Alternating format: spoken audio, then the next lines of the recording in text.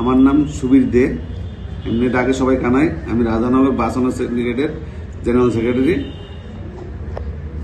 মূল বিষয়টা হচ্ছে কমলপুর, খোয়াই, রাধানগর তিনজন বসে একটা সিদ্ধান্ত নিয়েছিলাম আমরা যে কমলপুর থেকে যে গাড়িগুলি আগরতলার উদ্দেশ্যে আসে সেই গাড়িগুলি খোয়াইতে 9 মিনিট করে টাইম পাবে প্যাসেঞ্জার ওঠানোর নামানোর জন্য। কিন্তু কিছুদিন এভাবে সুন্দরভাবে চলছিল, কিন্তু দেখা গেল মাঝখানে খোয়াইয়ের যে বর্তমান অনার্সের সেক্রেটারি সিংকু, উনি কি করছেন, কারোর সঙ্গে কোনো যোগাযোগ না করে হট করে 5 মিনিট করে দিয়েছে, 4 মিনিট আরো কমাই দিয়েছে। একটা প্যাসেঞ্জার নামাইতে উঠাইতে 5 মিনিট লাগে, কেউ পেচ্ছা করতে যায়, কমল উঠতে যায়, কেউ ইয়াতে যায়, তো এইটা 5 মিনিট জায়গায় গাড়ি লোক বিদায় করে দেয়। এবং একটা গাড়ি যদি রাস্তা দিয়ে খোয়াইয়ের গাড়িটিরে ওভারটেক করে ওই গাড়িটা আটকাইয়া দুর্ব্যবহার করে।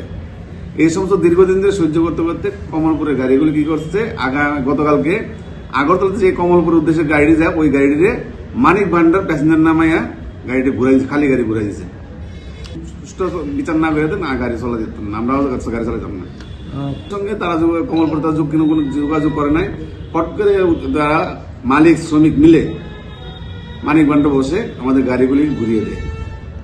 আমরা জিজ্ঞাসা করলাম কি কারণ কইছে, দাদা আমরা খোয়াই গেলাম, আমরা টাইম পেয়ে খোয়াই, তারা আমরা দুর্ব্যবহার কত আর সহ্য করুন, আপনারা ওইটা আগে আপনারা ইয়ে করে মীমাংসা করে ঠিক করে যায় না, আগের মতো চলতে দেন, তারপরে দিয়ে আমরা আবার গাড়িকে পুনরায় চলাবো, আপনারা আইন।